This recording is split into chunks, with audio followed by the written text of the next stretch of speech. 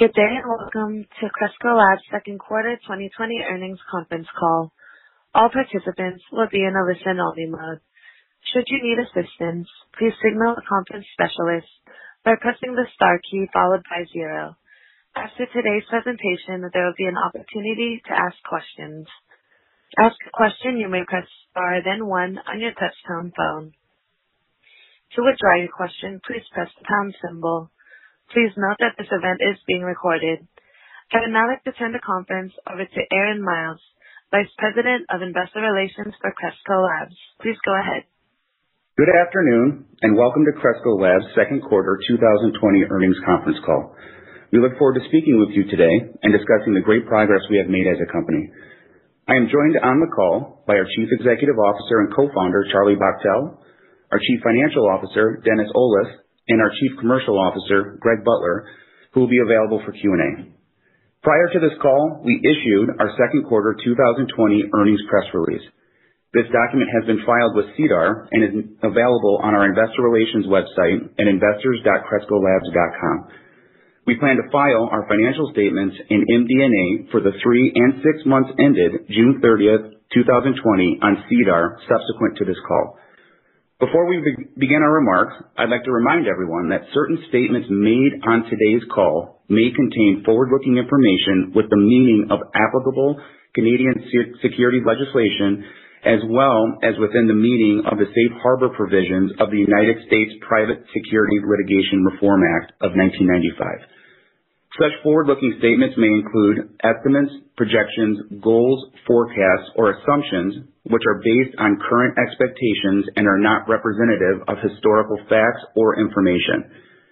Such forward-looking statements represent the company's beliefs regarding future events, plans, or objectives which are inherently uncertain and are subject to a number of risks and uncertainties that may cause our actual results or performance to differ materially from such forward-looking statements, including economic conditions and changes in applicable regulations. Additional information about the material factors and assumptions forming the basis of our forward-looking statements and risk factors can be found under Risk Factors in Cresco Labs' public filings available at www.sedar.com. Cresco Labs does not undertake any duty to publicly announce the result of any revisions to any of its forward-looking statements or to update or supplement any information provided on today's call. In addition, during today's conference call, Cresco Labs will refer to some non-IFRS financial measures such as adjusted EBITDA and operational gross profit, which do not have any standardized meaning prescribed by IFRS. We believe these non-IFRS financial measures assist management and investors in understanding and analyzing our business trends and performance. Please refer to our earnings release for the calculation of these measures and a reconciliation to the most directly comparable measures calculated and presented in accordance with IFRS. These non-IFRS financial measures should not be considered superior to, as a substitute for, or as an alternative to, and should only be considered in conjunction with the IFRS financial measures presented in our financial statements.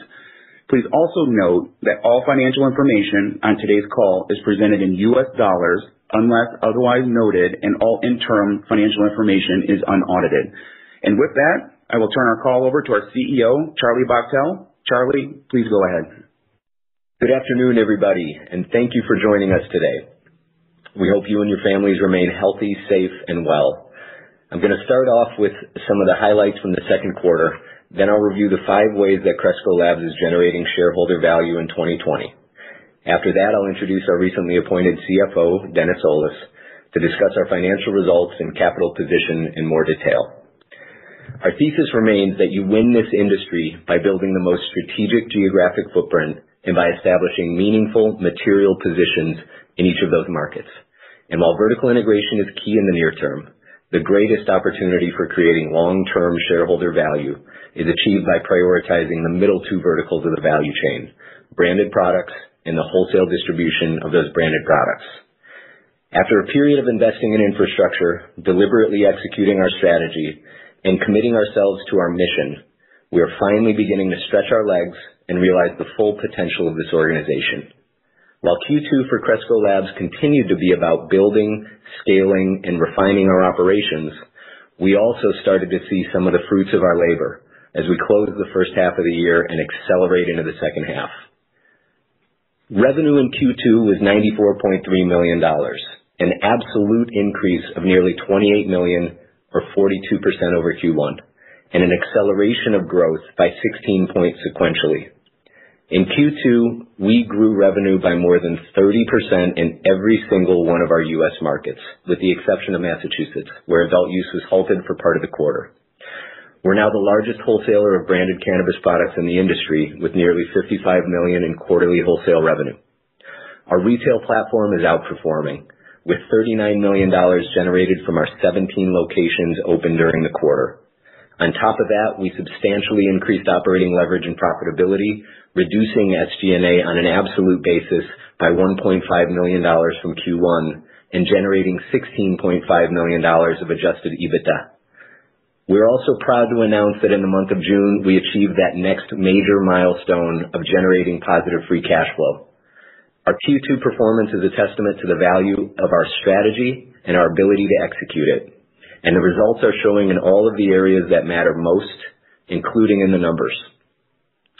We said on our last call that the true test of a company's operational execution and their ability to manage through COVID would be seen in Q2 results, and our results speak for themselves.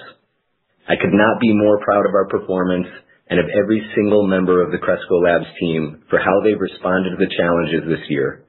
By being prepared, reacting quickly, and effectively managing change, we are continuing to drive top-line growth and increase profitability during a very challenging time. Consistent with our stated strategy, here are the 5 ways Cresco Labs is delivering shareholder value in 2020. Number 1, we're investing our resources in the most strategic markets. In the 2 states where we have the leading market share, Illinois and Pennsylvania, both have reached $1 billion in run rate sales. Illinois is set to issue its next 75 retail licenses, a catalyst to more consumer demand and increased opportunities for our wholesale business. Pennsylvania now has nearly 390,000 people registered in the medical program, roughly the same number as Florida, making it one of the most important medical markets in the country. California, which remains the largest cannabis market in the world, grew 13% year over year and 10% sequentially in Q2 per BDS data.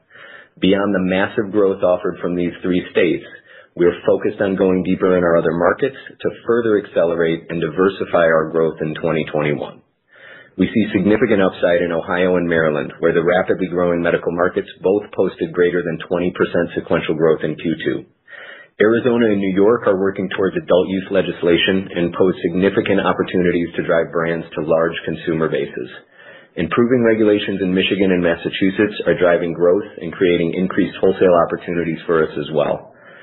7 of our 9 markets are either states or cities with populations ranked in the top 10 nationally, and the growth in these markets validates our thesis of focusing on a strategic footprint. Second, we are now the largest wholesaler of branded cannabis products in the industry. Wholesale revenue in Q2 was $55 million after intercompany eliminations, an increase of 44% from Q1. While maintaining the number of doors sold into during the quarter, average revenue per wholesale account increased 44% sequentially. We expanded the reach of our house of brands with the launch of Good News in Illinois and California, the introduction of High Supply to California and Arizona, and the extension of Mindy's Edibles into Michigan. In Q2, we completed the expansions of our facilities in Illinois and Pennsylvania, increasing our supply capacity in each state by 6x and 4x respectively.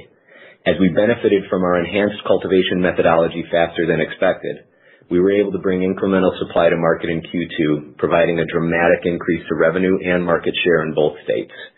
As we bring additional supply to market in Q3 and Q4, we expect our revenue and market share will accelerate. As an organization, we've repeatedly proven our ability to gain leading market positions by expanding wholesale capacity and driving our house of brands onto every retail shelf. In the first half of the year, we secured the funding to propel our next leg of growth with $50 million in tenant improvement allowances to increase our wholesale capacity in Ohio, Massachusetts, and Michigan. As we grow our operations in these states in 2021, We are taking the same approach and again expect to gain meaningful material market shares.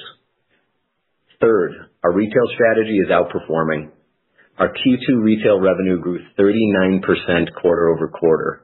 In our stores open for the entirety of Q1 and Q2, number of tickets increased 12% sequentially and average basket size grew 18%. Same-store sales increased 31% sequentially. In Illinois, while state retail grew by 18% from Q1 to Q2, our existing Illinois stores grew sales by 37%. A testament to the effectiveness of our retail leaders and teams, nearly 75% of our retail revenue growth was driven by existing stores, with the impact of recently announced store openings still to be seen in Q3 and Q4. Our Sunnyside model is producing stronger same-store sales, attracting more customers, and achieving a disproportionate share of the market. As we recently announced, we just opened our 9th retail location in Illinois, the most stores of any operator in the state. Sunnyside Schaumburg is located adjacent to the largest shopping mall in Illinois and at the heart of one of the densest areas of stores, hotels, and restaurants in the state. This is another example of how our retail locations are strategically carrying outsized cultural and brand building potential. With more store openings planned in Illinois, Pennsylvania, Ohio, and Massachusetts, we look forward to further accelerating retail revenue and market share across our footprint. Fourth, we are taking share in California, the largest, most competitive cannabis market in the world. Our team has been hard at work right-sizing the brand portfolio on the Continuum platform, lowering costs, and optimizing our supply chain in the state. As a result of their efforts, revenue is growing, gross margin is expanding, and we're increasing operating leverage. Starting with top line, California retail sales grew 10% quarter-over-quarter, while Cresco Labs' total California revenue increased by 41%. We are taking share. Revenue from Continuum distribution was up 35% sequentially, driven by own brands like Cresco, Mindy's, FloraCal, and High Supply, as well as continued strength from core partner brands. Wholesale penetration continued to grow in Q2, and we're now distributing to nearly all of the state's Tier 1 dispensaries. While we're encouraged by the substantial increase in gross margin during the quarter, we're even more excited about the immense gross profit opportunity offered by the state in 2020 and beyond. With a continued focus on increasing operating leverage, we've optimized the portfolio of brands in our platform, appointed new leadership in the state with extensive CPG and distribution experience, and completed a thorough value chain analysis to further improve the efficiency of our distribution business. California remains one of the most important cannabis markets in the world, and with improving regulations and state retail sales projected to reach $7 billion by 2025, California will continue to be a key driver of growth for Cresco Labs. Fifth, we're generating substantial operating leverage as we scale.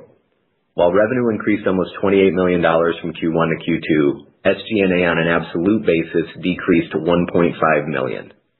On past calls, we've discussed the necessary investments we've made within our operating platform to ensure our organization can scale exponentially. These infrastructure investments over the last 12 months are beginning to pay off. With $28 million of incremental sequential revenue, we're able to drive a $13 million increase to adjusted EBITDA. This emphasis on increasing efficiency and operating leverage has also allowed us to successfully manage through the pandemic. We viewed the challenge as an opportunity, focused on continuous improvement, and executed operationally. That is how you deliver shareholder value. We're investing our resources in the most strategic markets. We're now the largest wholesaler of branded cannabis products. Our retail strategy is outperforming. We're taking share in California, the largest, most competitive cannabis market in the world. And we're generating substantial operating leverage as we scale. In June, we hit our next major milestone, generating positive free cash flow for the month. We're executing on all levels and accelerating into the second half of 2020. These results could not have been achieved without the outsized contributions from every member of the team. Over the last 12 months, we've made strategic appointments to fortify our organization with professionals that have proven track records of rolling up their sleeves and driving meaningful impact in high-growth industries. The team of leaders we've assembled are elevating Cresco Labs to the next level, promoting diversity of thought and creating step-change increases in our performance. Again, I could not be more proud of our Cresco Labs family for how we've taken care of each other and for what we've accomplished in the first half of the year. With that said, I'm thrilled to introduce our new CFO, Dennis Olis, to discuss our financial results in more detail. Dennis joined us in July and brings with him an extensive background of management experience at large publicly traded companies, including Motorola and Allscripts, where he was the CFO, and held other leadership positions overseeing operations, M&A, financial reporting, corporate development, internal audit, and the list goes on. I've thoroughly enjoyed working with him over the past couple of months, and he's an exemplary addition to our best-in-class leadership team at Cresco Labs. With that, I'll pass it over to Dennis. Thank you, Charlie. It is a pleasure to speak with you all today.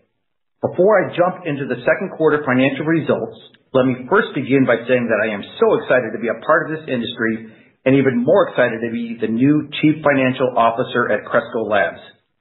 I firmly believe in the strategy of this company and believe that our best days lie ahead. My current attention is primarily focused on 5 initiatives. 1, preparing for access to the U.S. capital markets and the move to U.S. GAAP reporting. 2, automation in everything we do. 3, improved integration of the finance organization with operations. 4, improved cash performance. And 5, continued focus on cost management. Excelling in each of these areas will position Cresco Labs as a leader in the cannabis industry and maximize shareholder value. Moving to the second quarter results, as Charlie discussed, the company has solidified itself as the foremost operator in the industry when it comes to branded products and wholesale distribution. I'll begin my remarks by reviewing the financial highlights from the second quarter, then discuss our balance sheet and capital agenda. Please note that all numbers are stated in U.S. dollars. Despite Q2 being the first full quarter impacted by the COVID-19 pandemic, Cresco Labs achieved the largest top-line growth in our history and recorded adjusted EBITDA. Most importantly, we did so while improving operating leverage. Revenue in the second quarter was $94.3 million, up almost $28 million sequentially on an absolute basis and 42% quarter over quarter. We increased revenue by at least 30% in every single one of our U.S. markets, with the exception of Massachusetts, where adult use was halted for part of the quarter. We are excited about our strategic footprint and the meaningful impact Ohio, Massachusetts, Maryland, New York, Arizona, and Michigan will have on our growth heading into 2021. Revenue mix in the second quarter was comprised of 58% wholesale and 42% retail. Even with the 4 recently opened Sunnyside locations and additional store openings planned for later this year, we still expect to derive the majority of our revenue from wholesale, as more supply is harvested from new rooms at the recently completed facility expansion in Illinois and Pennsylvania. Second quarter operational gross profit was approximately $44 million, or 47% of revenue, compared to $32 million, or 48% of revenue in Q1. It is important to note that operating costs associated with the expansion of our cultivation facilities in Pennsylvania and Illinois in Q4 of 2019 and Q1 of 2020 were attached to Q2 sales, which impacted overall gross profit in the quarter. Now that the expansion costs are behind us, the revenue we will generate in Q3 and Q4 will carry a materially lower cost per gram produced. As a result, cost of goods sold will normalize, and we expect to return to a 50% plus operational gross profit margin in the second half of the year. SG&A expense in Q2 was $45.2 million, a $1.5 million decrease in absolute dollars from Q1, and an improvement to 48% of revenue from 70% of revenue in Q1. SG&A, excluding share-based compensation and one-time costs, was 35% of revenue in Q2 compared to 50% in Q1. This reduction to expenses during a quarter where revenue increased by 42% is a true testament to our team and their ability to create efficiencies and streamline the business during an extremely challenging operating environment. As we continue to focus on efficiencies and execute on our growth opportunities, we expect SG&A as a percentage of revenue to continue to trend downward throughout the remainder of the year. When it comes to managing through economic downturns and industry threats, we know that actively controlling costs is the most critical component to not only mitigate the current risk, but to put Cresco Labs in the best position to address the threat head-on and grab market share on the back end. We've taken the opportunity to rationalize costs and create efficiencies, and as a result, have become a stronger, leaner company. Second quarter adjusted EBITDA was approximately $16.5 million, a 419% increase from Q1. In the reconciliation provided in our press release, you will see we have excluded the impact of non-cash and one-time items from adjusted EBITDA to offer a better view of how profitability is trending quarter over quarter. In Q2, we increased pay for essential workers during state-mandated shelter-in-place orders and incurred other expenses to keep employees and customers safe. We have adjusted for these COVID-19 related expenses as well as one-time costs associated with the integration opportunities related to Origin House and the termination of the Trike transaction. The positive performance of adjusted EBITDA during the quarter gives us tremendous confidence in our overall strategy heading into the back half of the year. While revenue increased $28 million, adjusted EBITDA increased by $13 million, meaning approximately 15% of each marginal dollar of revenue dropped to the bottom line. Net loss also improved sequentially, but we continue to believe adjusted EBITDA is the best measure of our performance as it does not include the impact of biological assets and other mark-to-market items. Turning to the balance sheet, we ended the quarter with $71 million in cash and cash equivalents, an increase of $2.4 million from Q1. As expected, inventory and biological assets were elevated this quarter as a result of our two major facility expansions being completed. Second quarter CapEx was $12 million, most of which was funded by tenant improvement allowances. Again, we have about $50 million in tenant improvement allowances owed that we will use to expand our cultivation and production operations in Michigan, Massachusetts, and Ohio. We therefore expect out-of-pocket CapEx to remain low for the remainder of the year. Operating cash flow improved significantly to negative $9.9 million in Q2, and in June, we achieved the next major milestone by delivering positive operating and free cash flow for the month. We, as a leadership team, are very pleased with the results this quarter.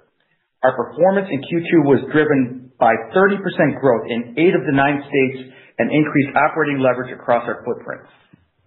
We are investing our resources in the most strategic markets. We are now the largest wholesaler of branded cannabis products in the industry. Our retail strategy is outperforming. We are taking share in California, and we are generating substantial operating leverage as we scale. Cresco Labs is well positioned to go deeper and gain material share across all of our markets this year and beyond. We are exiting Q2 with a month of positive cash flow from operations and look forward to accelerated growth and profitability in the second half. Thank you for your time today. I'll now pass the call back to Charlie for final remarks. Thanks, Dennis. In the first half of 2020, we were required to operate differently in nearly every aspect of our business, and in Q2, every aspect of our business became stronger. In today's macro environment, it is unceasingly important for an organization to have strong fundamentals, a true focus on culture, a proven business model, and a responsible capital agenda. At this stage in the industry's development, it's critical that we continue to provide the thought leadership needed to develop the responsible, respected, and robust cannabis industry that we all want. We've managed this by maturing our organizational structure, enhancing and diversifying our leadership team and board, emphasizing social equity and inclusion through our seed programs, community business incubator, and restorative justice initiatives, and proactively engaging with regulators and legislators at the state and national levels. We've taken these critical steps to pursue our vision of being the most important company in this industry, to fulfill the responsibilities of being a stakeholder-focused organization, and to achieve the incredible potential that lies within Cresco Labs. Thank you for your time today. I'll now ask the operator to open the line for questions. Thank you. As a reminder, to ask a question, you will need to press *1 on your telephone. To withdraw your question, press the # key. In the interest of time, we ask that you please limit yourself to one question and one follow-up. Please stand by while we compile the Q&A roster. Our first question comes from Vivian Azer with Cowen. Your line is now open. Hi, good evening. So my question is on California. Good evening. My question is on your market share gains in California. Please, given how many of your competitors have indicated this is a challenging market, I was wondering if you could dig into it a little bit, whether you're finding particular success around certain form factors, certain price points, or is it just a function of the fact that you over-index to the key retailers? Thanks. Thanks, Vivian. This is Charlie. Thanks for the question. I think we're finding success in California because we are really kind of getting our legs underneath us, right? The Q1 was a lot of integration of the Origin House assets to really complete the Cresco Labs California assets, and we're bringing products to market. We've got the supply, we've got distribution optimized, so we've become a better operator out there as well. For specifics on market dynamics, I'm going to have Greg add some additional color. Hi, Vivian. Thanks for the question. I think this is very similar to our question, I think, in our last earnings call on what I answered for you. It says we looked at that market, where do we want to drive better growth out of? And I think if you look at what's driving our volume growth relative to the market growth of doors, we opened more doors. So I think part of your question was, are you getting in the right doors? The answer is we are, and we're expanding our doors. The growth of our own brands, so rolling Cresco Labs brands in the market, we're successfully getting those brands in. They're being reordered, while we're also growing our partner brands like King's Garden is also showing growth in the market. So I think it's a combination of both increasing points of distribution with our doors and then also improving brand velocities as we continue to scale in the market. Terrific. Thank you for that color. It seems like you guys had an accurate view of the marketplace. My quick follow-up is also on California, and perhaps, Greg, you've already answered it, but it's for Dennis. You have had reorders, but as we kind of think about the sequential growth in the quarter, is there anything that we should take into account just in terms of sell-in, given how many brands you've launched in that market? Thanks. Let me start, and Dennis can obviously give you some commentary. I think you're going to see, as Charlie mentioned in his opening remarks, we just started launching those brands in, and so you are getting both those first orders with dispensaries and then repeat orders with those dispensaries. I will tell you, looking at the numbers, though, it's not that it's just coming from the one-time orders. It is both new accounts plus existing accounts ordering more, which I look at as a healthy metric to not only just paying to get distribution, but also getting distribution and being able to continue to sell. And so that's where the volume decomp is coming from. But I'm sure Dennis has others.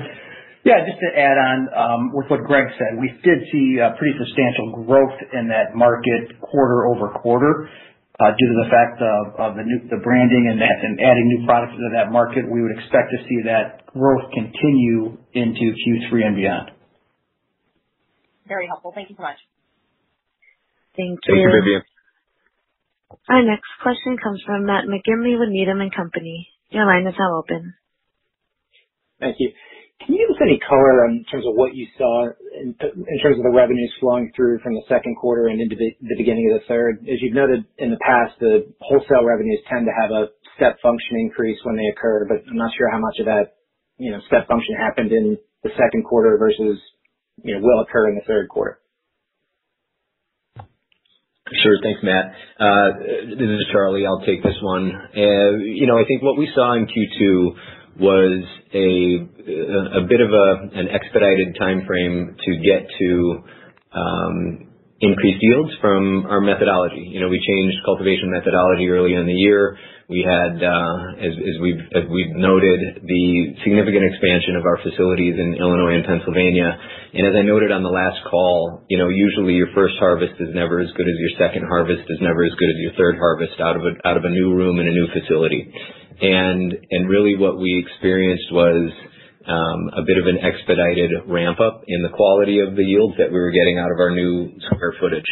So it was nice to see a bit more of that in Q2, as mentioned on the last call too. New supply really started coming into the market in the mid to late May period. So still a portion of Q2, about half of it, but we expect it to continue to increase as we go into Q3 and Q4, as we said on our last call. Okay. And for Dennis, on the cash flow from investing activity, the number was, I think, was positive $15 million in the second quarter, and you said that CapEx was 12, so there was some benefit. I think part of it was sale leasebacks would have helped you around $27 million in the quarter. So I guess the question is, what was that benefit in the quarter? And if it was sale leasebacks, I think you mentioned that you have roughly $50 million in tenant reimbursements that will accrue over the course of 2020. How much of that is left over the course of this year?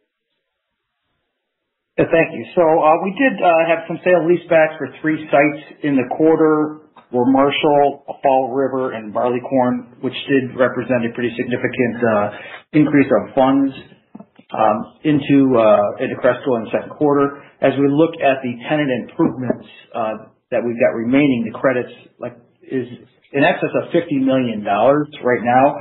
We will use that to continue to expand into other states now that our expansion and cultivation centers in Pennsylvania and Illinois are complete. Okay. Thank you very much. Thank you, Matt. Thank you. And our next question comes from Derek Dley with Canaccord Genuity. Your line is now open. Yeah, hi guys. Congrats on a really strong quarter here. Just curious to know the impact on gross margin that you guys had during the quarter, roughly, from the expansion that you guys are undertaking in Pennsylvania and Illinois, as well as the integration of Origin House. I know you mentioned you expect to see 50% operational gross margins over the back half of the year, but can you quantify what that impact was during the quarter? Yeah, thanks, Derek. This is Charlie. I'll let Dennis handle that. Thanks. So what happened in the second quarter is, again, the cost of cultivation that we incurred as we expanded our sites, both from a headcount standpoint and adding headcount and starting to build out the cultivation rooms in advance of developing the product. That cost was attached to product that shipped in the second quarter of the year. So just to kind of illustrate that point, the cultivation cost per gram in the second quarter was 40% higher than the cost to cultivate the same product in Q1. So now that we have incurred that cost in the second quarter, and that's behind us, we will start to see a material improvement in the cost per gram in those cultivation centers, actually improved even off of the Q1 baseline as we enter into the second half of the year. So in total, it was a couple hundred basis points that it cost us for the quarter, and that's why I feel confident with making the statement that we will have operating gross profit in excess of 50% in the second half of the year. Okay, that's helpful. And you mentioned same-store sales were up, really strong, 31%. I guess my question here is, in terms of the capacity that came online, I think, Charlie, you mentioned you kind of only had like half of the capacity online in Q2. So when I think about same-store sales, I mean, was there still more demand that potentially could have been met or likely will be met in Q3? Just you didn't have the supply available. And with that same-store sales, I mean, roughly, do you have a split between dry flower and concentrate? Yeah, so I'll take the first half of it. I think we're seeing both, in particular in Illinois and Pennsylvania, two very strong markets that still are what I would classify as significantly supply constrained. That incremental supply we were able to bring on in the second half of Q2, it was helpful. But we still have a lot of, and when I say we here, I mean the markets themselves in Illinois in particular, still has a lot of new stores and new doors to open. I think we're still in the mid 60s to 70 as far as doors that are open in the state. And again, even the incumbents, can open up those second locations. So 55 is going to expand to 110 just with the incumbents. Now you have the additional 75 new licenses that should be granted here in the coming weeks, fingers crossed. So I think when we see new doors and it becomes even that much more sort of accessible throughout the rest of the state, we're going to see really the demand uptick with it. Greg, more on the overall? Hi, Jeff, and good to hear you. I think the only thing I'll add to your question, which you asked around rough percentages, let me start. It's pretty much what we've seen as we've gone month by month. The dry flower is about up and down around 40%, and so that's kind of what we're seeing. From a demand perspective, I think what you look at, if you look at even Illinois' monthly data, this market continues to grow. As more supply comes on, it continues to be consumed, to Charlie's point, as it becomes easier for customers to get access to the product. That will help continue to fuel demand. And so we look at that as there is still headroom for us to grow. Okay, that's helpful. And just last one for me, just in terms of, you mentioned looking into 2021, I think 4 states there, Ohio, Massachusetts, Arizona, Michigan. How do you feel about the current footprint where you stand today? Are there any areas where, you think you can go a bit deeper? I'd imagine you're not looking to add to the footprint, but any areas that would be a slightly higher focus in 2021? Yeah, it's a good question. And for sure, I think there's some of those markets, even one of our largest markets, Pennsylvania. We have room to grow in Pennsylvania from a retail footprint standpoint. We have currently licenses to open up 6 stores, and you can have licenses to open up 15. So there's definitely still headroom there. And Dennis had mentioned too, we have the tenant improvement allowances in the Michigan, Massachusetts, and Ohio markets to build out the capacity in both of those markets. So I think we're going to go deeper in each of those markets that we talked about. We have the room to be able to do it, and we have the funding. So we're really excited. It's nice to see, again, the expansions we did in Illinois and Pennsylvania on the production side earlier in the year, dovetailing nicely into the expansion opportunities we have in those markets leading into 2021. That's great. Thank you very much. Thanks, Derek. Thank you. Our next question comes from Pablo Zuanic with Cantor Fitzgerald. Your line is now open. Thank you, and good afternoon, everyone. Charlie, can you, congratulations on the quarter, of course. But I realize that these are supply constraints markets, but you are not the only one increasing capacity in Illinois and Pennsylvania in particular. There's a number of other companies doing that.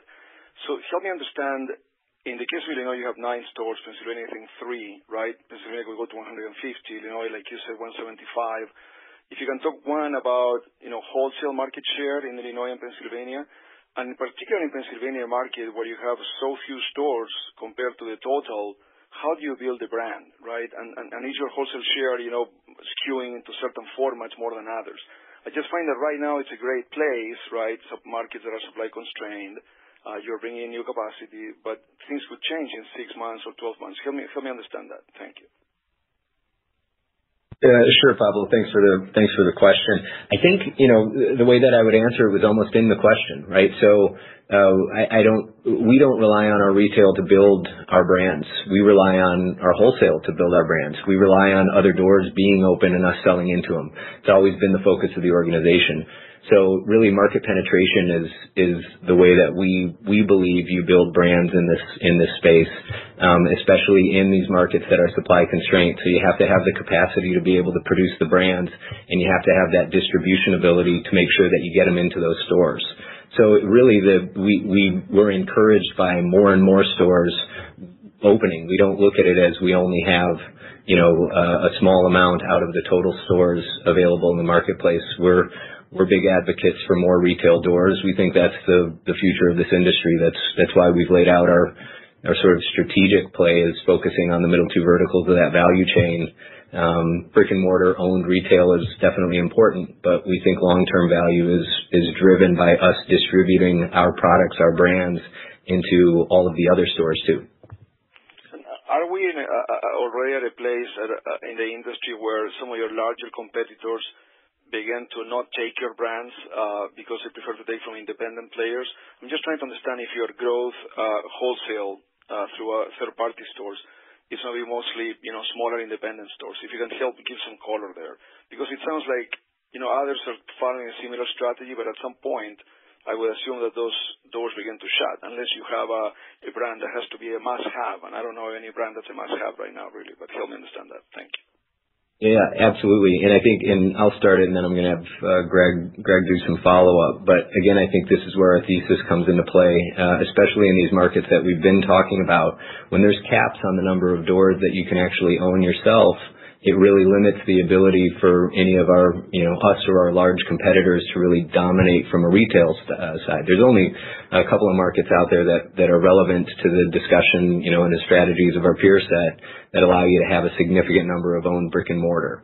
So I think there will always be more independence. There will always be those shelves that need products on them. And still at this stage of the industry itself, I'm talking about for the foreseeable year futures here now, there's a demand from the consumer side that you have variety in your stores. So, having brands from other producers is the best way to provide the good consumer experience for the consumers that are coming in your own retail. Greg, anything to add? Not much to add to that other than if you look at our California marketplace where we are driving our brand growth through wholesale doors, we've successfully sold into that market on both the larger players and the independent players on both sides. And we are also selling into the MSOs across markets where we operate. So I think we actually are showing that in an assortment strategy, to Charlie's point, customers are looking for different options. And much like any other industry, we're just seeing that you can get onto both your doors and other doors. And we're seeing it in California and in our markets. And one last one, Charlie, and I know it's hard to predict from a regulatory perspective, but if New Jersey goes reg, right, everyone assumes that the states that are around it will follow, Pennsylvania in particular. But, if the lag were 1 or 2 years as the legislatures try to, agree on the path forward, how damaging could that be to the medical program of Pennsylvania if New Jersey, flips the switch on 1st of January and then, Pennsylvania takes another year or 2 to follow? Or the demand is so strong that it's not something to worry about? Thanks. Yeah, I think I agree that New Jersey has the ability to be a catalyst, right? But I think those states are already having these discussions independently. I think that's one of the, if you want to look at the other side of the coin of COVID, and we talked about this on the last call, there are opportunities that get created from that sort of an event, and regulatory changes that could have taken years to develop get expedited because of the need for jobs and for tax revenue generation. So I think, I don't think Pennsylvania is looking at New Jersey as they're having this conversation. They started their process last year. They did their listening tour. They went around every county in the state. I think now, again, it's been expedited a bit with a $5 billion-ish hole in their previously balanced budget. But I think, your second part of your question on, if they take too long, it takes time for them to put proper legislation together. This is why the government affairs side of the industry has been such a focus of Cresco from our very beginning. Is that we have always, this is us being the most important company in the industry, right? It is making sure that this industry develops in a responsible way, that we're seen as resources for legislators as they're thinking about how to do this, that we've given ourselves the ability to be in the room with the people holding the pen that are going to design the way that this industry looks going forward. And so it's, while it's not only our responsibility, it's the responsibility of all top operators, but we take that responsibility very seriously to make sure that we're there and we're a resource to help those pieces of legislation and regulation get developed and get launched. So, we like the challenge. We definitely accept it. It's part of our foundation. Thank you. Thanks, Pablo. Thank you. Our next question comes from Michael Lavery with Piper Sandler. Your line is now open. Thank you. Good evening. You mentioned automation as a priority. Can you elaborate a little bit on how that may play out and what we should expect and how much, if any, of a driver it is towards near-term gross margin boost? I know you called out the mechanics of how this quarter was a little depressed and seems like it will pretty naturally snap back, but how much maybe over and above that should or could this give a lift in the next few quarters, or is it a little further out? Just kind of bring to life your thinking on automation a little bit, please. Sure, Michael. Thanks for the question, and we'll have Dennis provide some color. Yeah. So when I think about automation, I think of it in two ways. One is as we continue to improve our cultivation and the yields that we're getting out of our cultivation centers, we've got to make sure that we automate the back-end packaging to allow us to maximize the sell-through of finished goods into the marketplace. So that's one process, and we're going to make the necessary investments to help expedite the packaging and the back-end processes to keep up with the improved yields that we're seeing out of our cultivation centers. The other aspect that I look at from an automation standpoint is really a back-end operation. It really affects SG&A more so than the manufacturing costs. And there I'm talking about your payable systems and ERP system, those types of expenses that we're going to have to make in this company to get us to the next level, to get us GAAP ready so that we can list on the U.S. exchange when that becomes available to us. And just to improve the overall internal processes, recognize that, reduce some cost in the long run, but actually improve the efficiency of our back-end operations.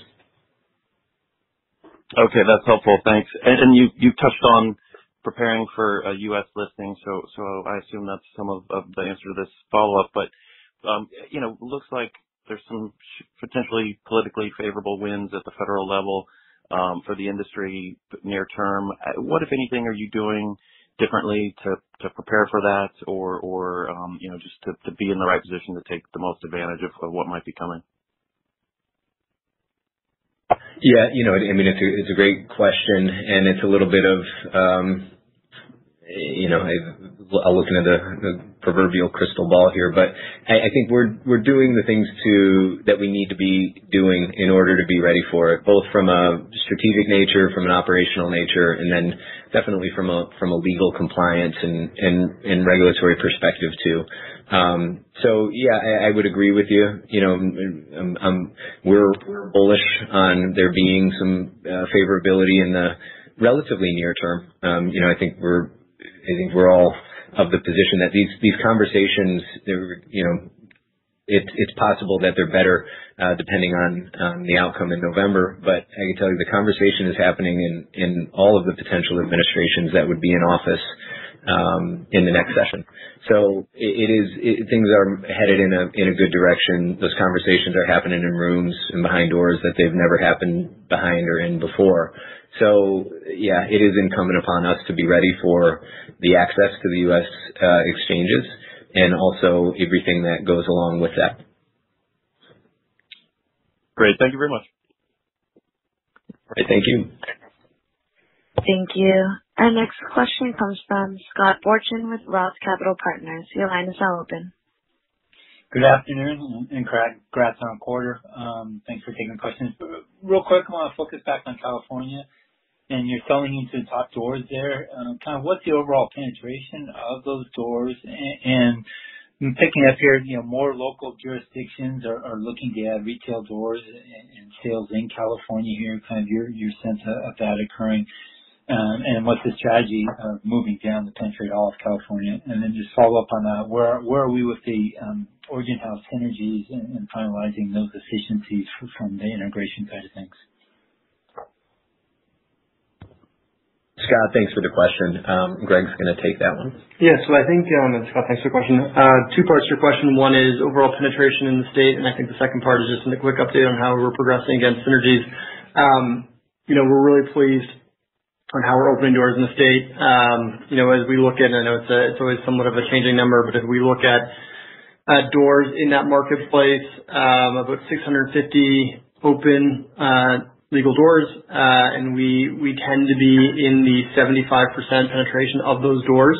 So we have a really good, strong presence in the state. Obviously, that also means that they open more doors in the state. Hopefully the proof is in that number that we can get into the doors as they open up. And so, more access to products, as I mentioned before, does drive overall growth. And so increased points of distribution in California for us is a real driver of growth. And we feel like we are quite confident that we can continue to hold that market penetration as we go forward. The second part of your question on synergies, The last call when we gave an update, as we said, we were in the middle of integration. We highlighted some of the comments that we were looking at. One was doing a labor review, and we are on track of delivering that number that we committed to. And now, as Charlie mentioned in his opening remarks, we're now doing a go-to-market value chain assessment of where else can we find incremental synergies, which we will. So there's no risk on us not delivering against our previous commitments, and we are currently looking for more. Okay, thanks on that color. And then just to kind of follow up, your 17 operating retail doors right now, stores, you're adding one more in Illinois. What's kind of the timing in Pennsylvania, and kind of is there a number or target for the end of the year, 2020 here, as far as stores here for you guys? Yeah, I think, let me start by saying on Illinois, 10 doors is our max in the state, 9 currently open, one more to open, which our goal is to hopefully have that completed in this year. On Pennsylvania, as we look in the state, our goal is to have our Philadelphia stores, as we previously mentioned, opened in the back half of this year with 2 additional as well. Okay, I appreciate the color, and I'll jump back in the queue. Thanks. Thanks, Scott. Thank you. Our next question comes from Russell Stanley with Beacon Securities. Your line is now open. Hello, everybody. First question, just coming back again to the sequential growth in wholesale and understanding in Illinois and Pennsylvania was additional supply that makes that possible. But it's just in terms of actually selling the product, how much of that growth really was into the new stores that opened in those markets as opposed to existing wholesale customers, and just wondering, look at your wholesale customer base now versus maybe 3 to 6 months ago. Is that base in terms of sales now more diversified or less? Any color on that would be great. Thanks for the question, Russ. Greg's going to add some color there. Hi, Russ. Thanks for the question. Just to kind of recap to make sure I'm following your question is how much of that new inventory are we pushing through our own retail versus our partner retail? You can kind of see in our numbers, our wholesale business actually grew faster than our retail business. We've always committed to ensuring that we have a fair and equitable approach to how we distribute our supply. We've continued that approach in Q2, and I think you're seeing that in our financials. And so I can say, as you look at that, the growth of our cultivation isn't fueling Sunnyside at the expense of our other partners in the state. Okay. And just for my follow-up, just specific to Illinois, wanted to ask about two dispensaries in particular, the Danville and Southville locations, because those are interesting. I guess, can you provide any color on how they're performing and what the sales split looks like between residents and out of state, and I guess how that experience informs site selection going forward? Yeah, this is Charlie. I'll take that one. So both of those stores are performing well. They, they're set up also to provide a different level of accessibility. I mean, they're newer stores for us. The number of points of sale are 15 to 20 plus. So they're bigger stores. They're positioned from a location selection standpoint that way also. So they have they cast a bigger net and capture as much or if not more foot traffic or throughput than some of our city stores. So they're performing well in the higher level of our operating stores. And then as far as Illinois resident to out of state mix, I think they index a little higher for out of state mix than some of our other stores that are in the Chicagoland area, but not to a fairly significant extent. So still mainly driven by Illinois. Thank you. Thank you. Our next question comes from Andrew Partheniou with Stifel GMP. Your line is now open. Hi, congrats on the good quarter, and thanks for taking my questions. Most of them have been answered, but maybe if I could dig a little bit on your store productivity. Obviously, has grown substantially both on basket and ticket sizes this quarter. Just wondering, with the stimulus checks and, potentially further stimulus coming, how would you say that trend is sustainable into Q3? Thanks, Andrew. Thanks for the question. Greg will take that one. Thanks for the question. I think if I just repeat your question, if you look at our trends on same-store sales across our customer transaction trends versus average basket size trends, what you are seeing is as more product supply comes in the market, you're seeing growth on baskets, which is very encouraging. But you are absolutely correct that most of our growth in retail is coming from incremental trips. I would say more of that growth is coming from both our ability to get people in and out of our stores efficiently, open stores in new locations. And so that's what's driving our growth and also customers coming in. I would say the basket side, in addition to supply, of course, stimulus checks does help with that. And so, like all retailers, we saw some growth associated at the same time that those checks were issued. So any further issuance would definitely be a driver for basket growth. But if you look at the volume of growth where it's coming from just more customers entering our stores, coming into the industry, which has been a steady trend pre-stimulus issuance and then post. So I wouldn't say that that's overly driven by checks. Thanks. That's helpful. And maybe on a separate topic, could you just remind us, what was your utilization in your Illinois and Pennsylvania expansions in Q2 and where you guys are in Q3? Obviously, it takes time to ramp up, and the SG&A cost control that you guys have had is really impressive. Kind of looking to see how that could trend in Q3. So and this is Charlie, from a utilization standpoint, again, I think we saw a limited utilization of the new square footage into the marketplace in Q2, really in the back half of the quarter. And so again, I think we expect that to ramp up, throughout Q3 and into Q4. And even though we saw, the improved performance out of those facilities maybe a little faster than expected, we still expect, ramp to continue through the coming quarter. Excited about it. Anything to add there, Dennis? Yeah, this is Dennis. From an SG&A standpoint, the savings that we saw in Q2 was really across all functional areas.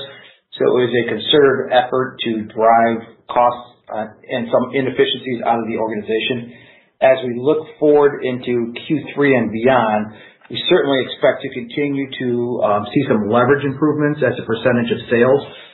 But we will make investments in people and processes. Some of the automation that I talked about will continue to market our brands and drive retail sales up. So there will be some continued investments. We're not afraid to make investments to generate long-term growth opportunities, but nowhere near at the same rate that we expect revenue to grow. Thanks for that. That's helpful, and congrats again on the quarter. Thank you. Thank you. Thank you. Our next question comes from Glenn Mattson with Ladenburg Thalmann. Your line is now open. Hi. Congrats on the results also. And like the previous questionnaire, most of my specific questions have been answered, but I was curious about, Charlie, maybe your thoughts industry-wide on the trend over the last 9 or 12 months or so has been to kind of retrench and really for the better operators to really focus on key markets and drive profitability. But now we're starting to see pretty good profitability from a number of names. So I'm curious as to what you think in terms of your thoughts about when maybe just philosophically, when you think you would switch towards maybe looking at other territories again, and when you think the industry might also start to move back towards that trend. Sure, Glenn. Thanks for the question. And, I think it's fair to say that we've always kept half an eye on what's going on in the markets around us. It's just, when you come back to our thesis of making sure that we're in the most strategic states with the most strategic geographic footprint, we're pretty selective in the states that we do go after. As I mentioned on the call today, 7 of our 9 markets are either in the top 10 from a state population or from a city population in the country. So, we've had our eye on what's going on. I think most of us are understanding that the best and highest return on a dollar invested right now is probably in your own infrastructure as it exists, as these markets are growing, as you've already made investments, as you've already established infrastructure, and you have management and executive teams in place. But there's definitely still some strategic markets out there that we've continued to look at, and I think all of us are making sure we're on firm, solid footing, and we'll look opportunistically at things that become available, but also very selectively. Okay, thanks for that. And just as a follow-up, more specifically on Massachusetts, can you just tell us, you called that out. Obviously, it had the issues with the adult rec, so adult rec's been back almost for 3 months now. Give us a sense of how you feel like that bounce back is going, and remind me, I think you have 2 more retail stores. Is there an update on when those would open, or if you're working on that? Or You're right, we do. We have two more opportunities in Massachusetts, and Greg will address some of the specifics on the market dynamics. Yeah, you're absolutely correct on your statement of that question, which is how is our business performing? We obviously saw a dip in Massachusetts as stores went to med only, and so that had an impact in the market. But coming back from that, we're seeing our results not only getting back to where they were pre-shutdown, but now accelerating faster as we go forward. So that's pretty encouraging. As we look forward, our sales team out there has done just a fantastic job of opening up wholesale doors and getting our brands where we can into those shelves. And our retail business is showing a really healthy ticket growth as well in the market. So we're really encouraged as we look at the results coming out of Mass after the reopening. And to Charlie's point, I think what we've always said on the next store, and I'm sure you're aware, in Massachusetts with town licensing and whatnot, approving a dispensary to open can be tricky and timely. But our goal, as we said, is to have our stores open, at least our next store open by end of Q4, early Q1 of 2021. Okay, great. Thanks. Thank you. Thank you. Our next question comes from Andrew Semple with Echelon Wealth Partners. Your line is now open. Hi, guys, and congrats on the excellent quarter here. If I'm doing my math correctly, and I'm looking at the retail business, your average store is running at over $9 million in annualized sales, and I'm looking at $39 million in your retail business and 17 locations. That's very impressive and probably, amongst the highest in your peer group. But I'm just wondering, are there any concerns about you being able to handle higher volumes at these locations? Does throughput and capacity become an issue in growing same-store sales in the second half of this year, particularly in markets like Pennsylvania, where perhaps demand is much, much stronger than anticipated? Thanks for the question. Greg, you want to take that? Yeah. Let me give you some context. I think one of the things we're so proud of our retail team and what they've been able to accomplish, given everything that's been thrown at them this year. And I think as you look at those numbers, we're pretty proud of those numbers as well. I think it's a testament to that team's ability to figure out how to restructure our stores, how to get people in, how we're processing customers, how we're managing inventory and our assortment. And so we feel good. We're confident that we can continue to show results like we have over the last couple of months. Obviously, there are some things that would help us with throughput, which is incremental POS stations in the store. Our ability to expand our stores would all help. But from a team perspective, we're head down figuring out how do we just continue to process the demand that we know exists. Let me leave it at that. Perfect. Switching gears to Ohio, just wondering if you had any information on the 4 Ohio stores that are pending final closing. Would you be able to provide any pro forma sales figures there, and any change in the timing of consolidating those 4 locations? This is Charlie. We haven't provided pro forma revenue out of those stores. They're good stores, good locations. We're excited to bring them into the portfolio. As far as timing, it really is. It's a regulated, mandated sort of period where you can't transfer ownership. So again, Q4 and Q1 are when those stores will become eligible for closing and then consolidation in our numbers. But yeah, good stores. We're excited to bring them into the portfolio. Very, very excited to round out our full vertical integration in that state. That state's going to be a phenomenal state in 2021. Thanks for the color. Thank you. Thank you. Our next question comes from Ken Tig with ATB Capital Markets. Your line is now open. Thank you, and good evening. If I just circle back to the same-store sales, particularly that basket growth, could you speak to what shift you saw in terms of digital versus brick and mortar in the quarter, and to how sticky you think some of those changes may prove to be in the world we live in today? Absolutely.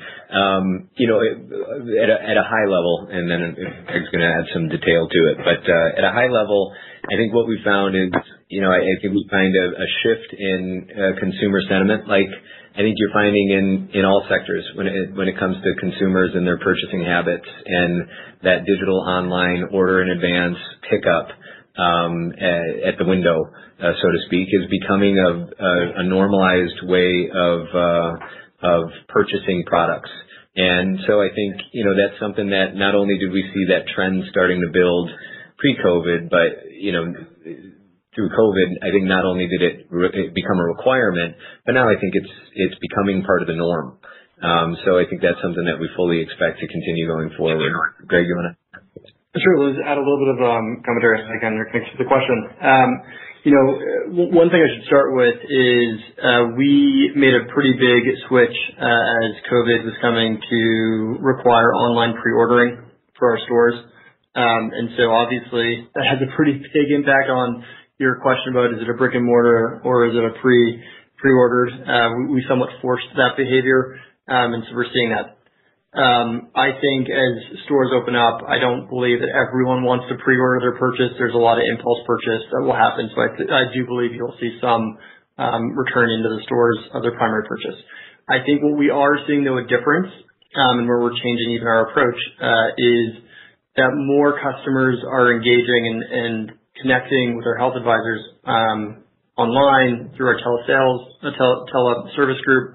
And I think that behavior might stick, which is, does the role of our stores become more of a last point pickup, and where a lot more of the advisory information about products actually happens online, which would be a shift on how things were operating pre-COVID. So I think if you're looking at where the biggest impact of the business is going to be, it's about stores being that pick up, pay, move along, and more questions being potentially asked elsewhere.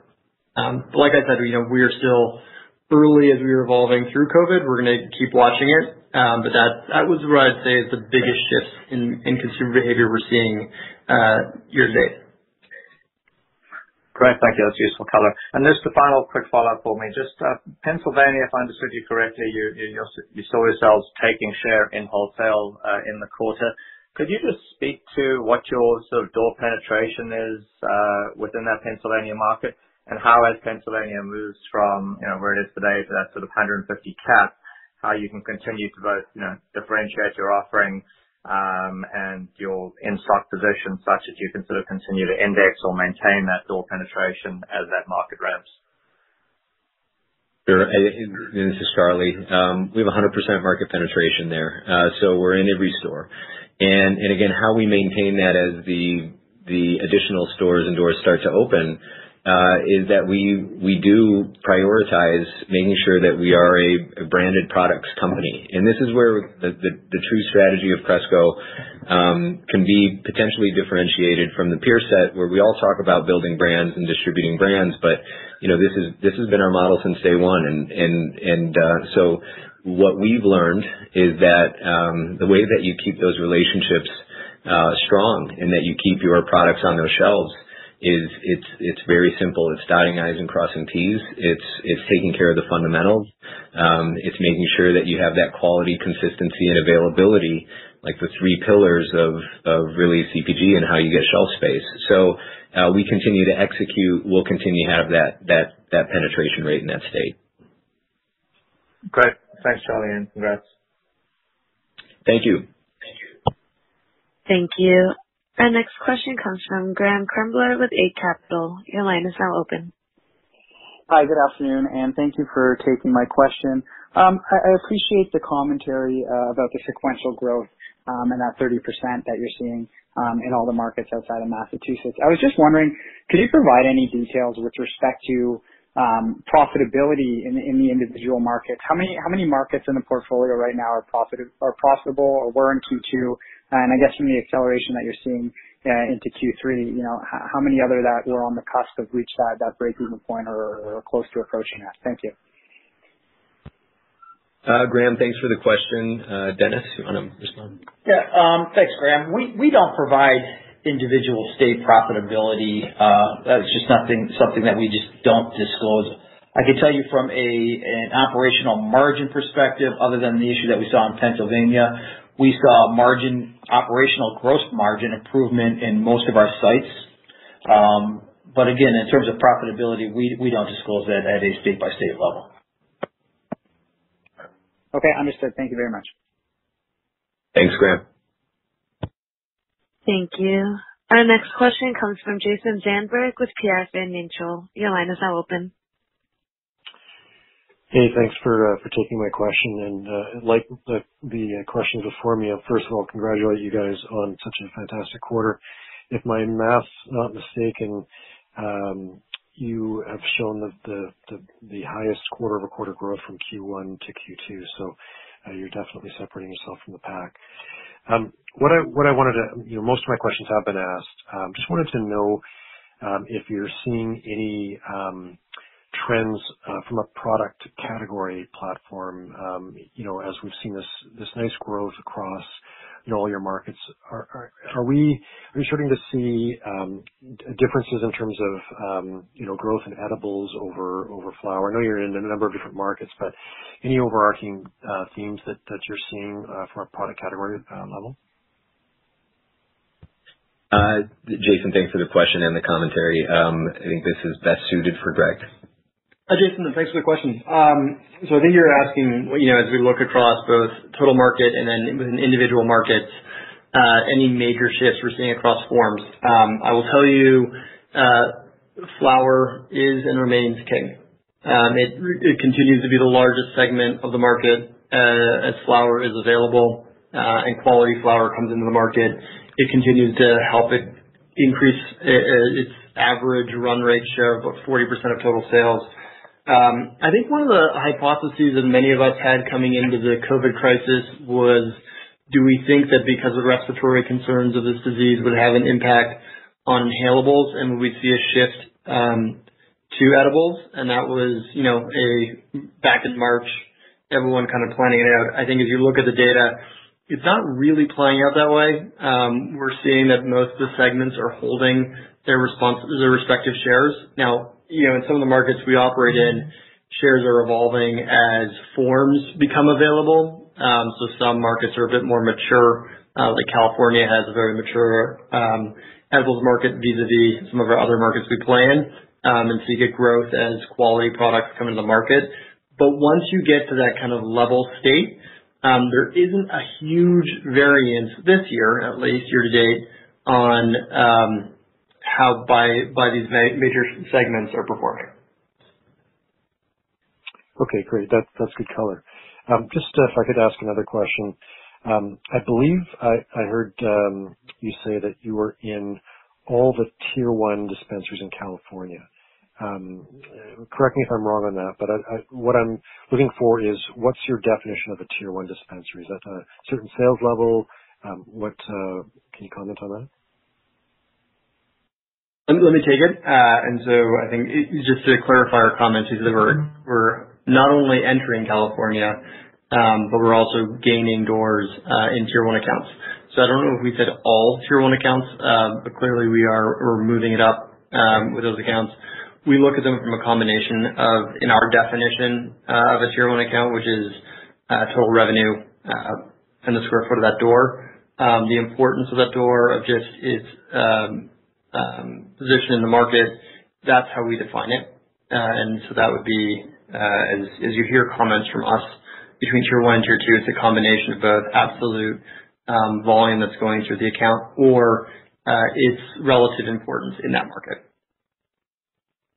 Okay, great. Thanks for the clarification. Thank you. Great. I'm not showing any further questions at this time. I would now like to turn the call back over to Charlie Bachtell for closing remarks. I just want to thank everybody for joining us today on this earnings call. Again, couldn't be more proud of the team for what they were able to put together in the quarter, which was, by all accounts, a very challenging quarter to have to manage work, life, and everything else going on in this environment. So thanks, everybody, for joining today, and we look forward to talking to you in November on our Q3 call. Thank you. Ladies and gentlemen, this concludes today's conference call. Thank you for participating. You may now disconnect.